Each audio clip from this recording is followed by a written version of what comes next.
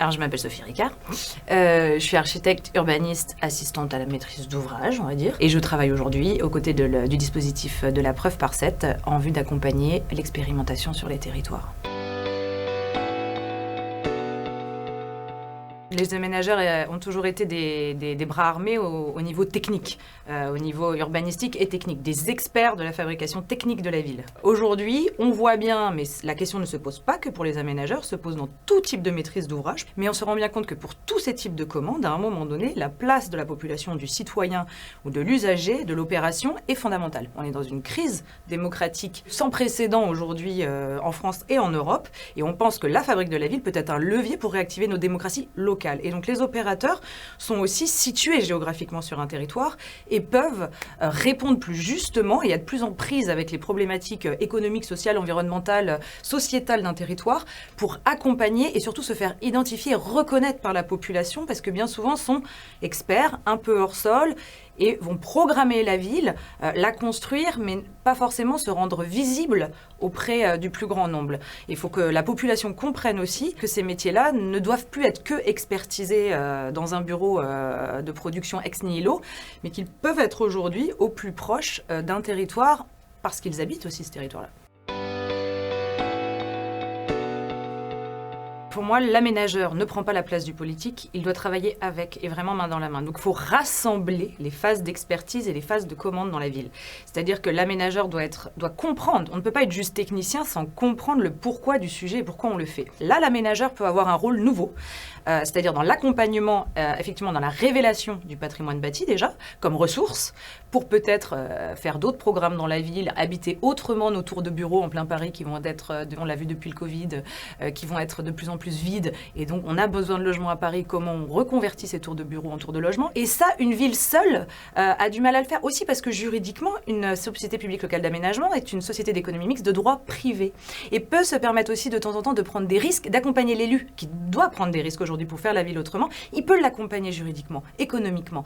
Et donc, c'est comme ça qu'on arrive. C'est ensemble. Donc, c'est pas l'élu d'un côté, l'aménageur de l'autre. C'est comment les deux sont main dans la main. On fait le programme in situ, on ne fait pas appel à un programmiste extérieur, on teste, on met à l'épreuve le bâtiment par l'usage des citoyens et on fait ensemble un projet.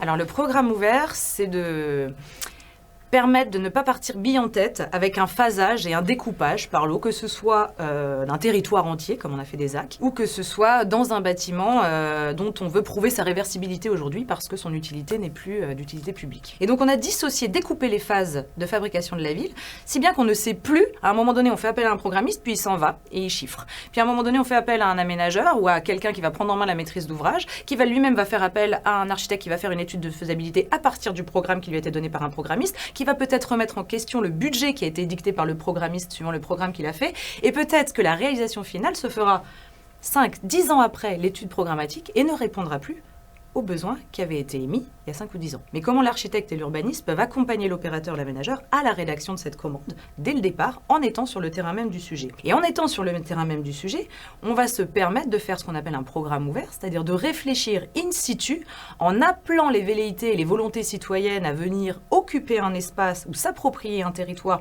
ou faire des réunions publiques, mais de mise en action de la population autour des sujets justement de programmation, en se disant c'est tous ensemble peut-être qu'on va faire advenir quelque chose en habitant, en occupant le terrain même. Parce qu'on va être en capacité d'être au plus proche, de pouvoir répondre plus justement aux besoins déjà économiques, sociaux, culturels, politiques d'un territoire et surtout faire œuvrer, que ce soit acteur institutionnel ou associatif ou plus marginal, population, etc., à l'ensemble de cette fabrique et de cette commande. Parce que pour moi, la fabrique de la ville, c'est un levier formidable pour réactiver nos démocraties locales.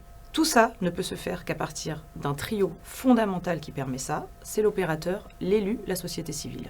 C'est-à-dire l'un ne peut pas fonctionner sans l'autre. Et aujourd'hui, on doit réassocier la société civile à ce duo. Normalement, c'est technicien, élu, et c'est tout. Aujourd'hui, on réassocie la société civile. Mais ça veut dire que l'opérateur, qui est normalement le technicien, ne peut pas faire sans l'élu. L'opérateur peut retrouver, on va dire, sa part d'accompagnement à l'élaboration de la fabrique de la ville en étant vraiment plus en prise avec le territoire et les besoins d'un territoire. Quand on parle de programmation ouverte, on n'est pas sur de l'urbanisme transitoire et ça, j'y tiens. Pourquoi ? Parce qu'on ne part pas en se disant « nous avons un lieu vacant pendant un certain nombre d'années et avant qu'il soit ou rasés, ou qu'ils fassent l'objet d'une autre commande parce qu'on a déjà un programme en tête.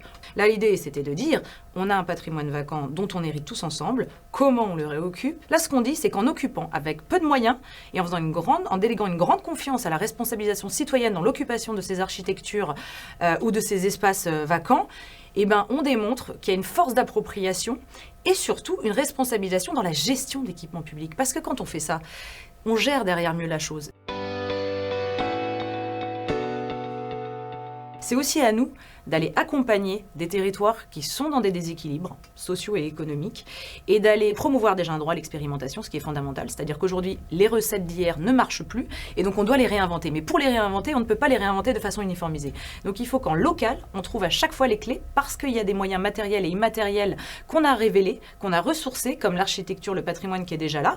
On doit faire l'inventaire de tout ça et à partir de là, faire bouger les opérateurs, que ce soit les bailleurs sociaux, mais pas que, tous les opérateurs possibles, et après retrouver peut-être de petites unités de production. Et donc comment on retrouve des petites unités, des petits opérateurs? Et je pense que les grands opérateurs peuvent aussi aider à la fabrique de nouveaux outils sur des territoires plus ruraux, plus décentrés.